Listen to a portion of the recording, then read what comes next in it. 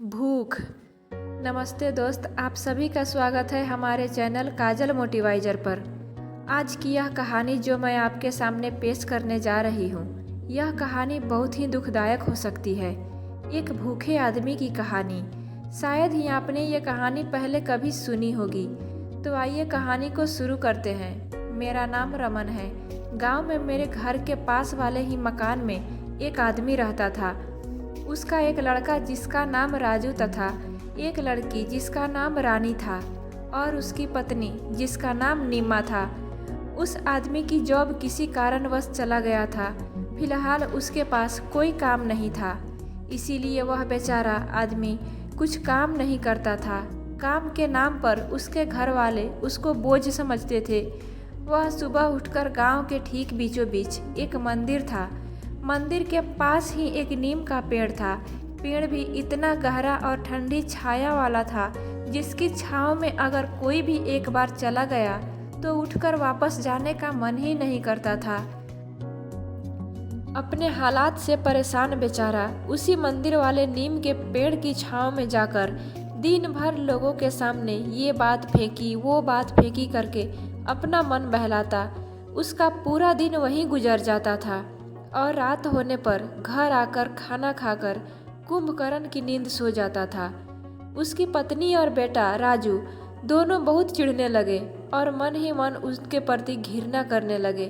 पत्नी गुस्से में आकर बोलती, कुछ काम तो करते नहीं, बस दिन भर बैठे रहते और भूख लगते ही आ जाते खाने के लिए, राक्षस कहीं का। बेचारा जब भी वह खाना खाने बैठता था तो दोनों माँ बेटे उससे झगड़ने लगते थे। वह आधा खाना खाया नहीं होता कि बेचारा हाथ धोकर तुरंत बाहर चला जाता था। यह देख रानी बोली, क्या माँ आप भी पापा को ढंग से खाना भी नहीं खाने देती हो? रोज यही बात करती हो। कहाँ जाएं बेचारे पापा भी? वो कहते तो है ना कि कुछ न कुछ काम वो कर लेंगे, थोड़े दिन उनको शांति से रहने तो दो। लेकिन रानी करे भी तो क्या करे? थोड़ी बोली नहीं कि माँ डांट कर चुप कर देती थी, मुंह से आवाज भी नहीं निकालने देती थी। पड़ोसी होने के कारण जब भी उनके घर के झगड़ा होता तो मैं तुरंत उनके घर के पीछे वाली खिड़की से सब सुन लेता था। लेकिन एक दिन तो हद ही हो गई। मैं फिर उसी जगह पर था जहां हमेशा जाकर उनकी बातें सुनता था और मैंने देखा कि जैसे ही वह हर रोज की तरह एक प्लेट में थोड़ी सब्जी और 2 रोटी लेकर खाने ही बैठे थे कि दोनों माँ बेटे खरी खोटी सुनाना चालू कर दिया। खरी खोटी तक तो ठीक था, पर माँ ने तो अपने पास पड़े एक झाड़ू से ही उसे मारना शुरू कर दिया। यह देख मुझे बहुत गुस्सा आया, मुझसे रहा न गया और मैं चला ही था उनको बचाने के लिए। लेकिन मुझे लगा कि दूसरों के आपस के मामले में टांग अड़ाना सही बात नहीं होता। बेचारा भूख से तड़पता हुआ वहाँ से निकल पड़ा और 2-3 दिन हो गए वह घर नहीं लौटा। लेकिन माँ बेटे को तो परवाह ही नहीं था। किंतु रानी बेचारी मन ही मन दुखी होती रही। सोच रही थी कि कहाँ गए होंगे पापा, 2 दिन हो गए, कुछ खाए भी होंगे कि नहीं, भूख से तड़प रहे होंगे। उस मासूम का चेहरा देख मेरा दिल भर जाता। मेरे गांव के पास वाले गांव में बड़े नेताजी की सभा चल रही थी। बहुत भीड़ थी, कुछ भीड़ इकट्ठा भी की गई थी और कुछ आते जाते लोग इकट्ठे हो गए थे और मैं भी वहीं मौजूद था। नेताजी के भाषण सुन रहा था। जनता के लिए नाश्ते के पैकेट बांटे जा रहे थे। मैंने भी आनंद लेते हुए नाश्ता की और दोस्तों के साथ घूमने लगा।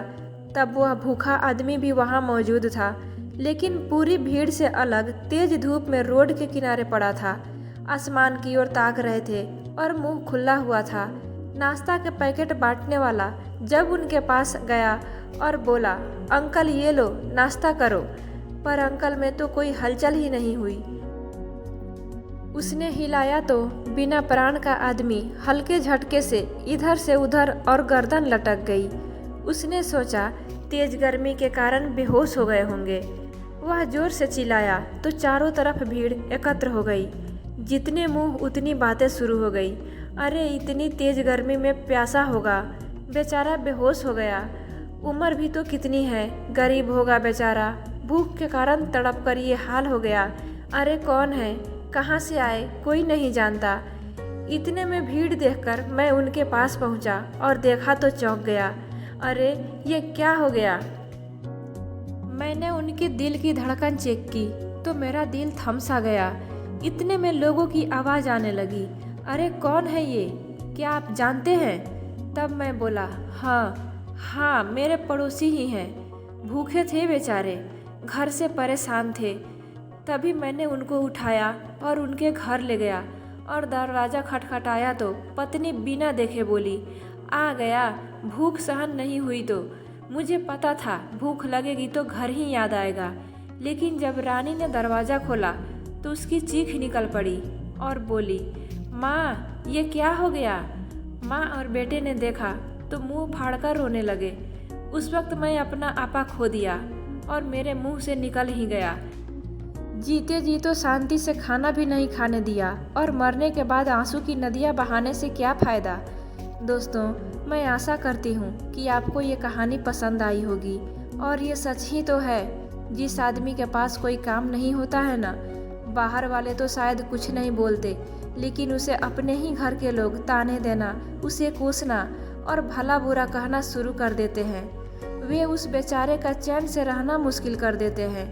वो इतना भी नहीं सोचते कि कोई बात नहीं, आज काम नहीं है तो क्या हुआ, हमेशा खाली कोई थोड़ी न बैठता है, सबको फिक्र रहता है अपने परिवार का।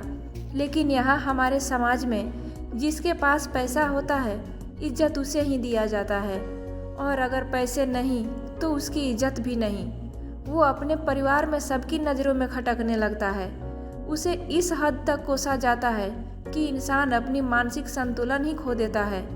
आपको इस कहानी से थोड़ी भी सीख मिली हो तो वीडियो को लाइक कीजिए और अपनों के साथ ज़रूर शेयर कीजिए। आप हमारे चैनल पर नए हैं तो सब्सक्राइब करके बेल आइकन ज़रूर दबा लें, ताकि आने वाली हर वीडियो आप तक सबसे पहले पहुंचे। आपसे मिलते हैं अगले वीडियो में, तब तक राधे राधे, अपना ख्याल रखिए। धन्यवाद।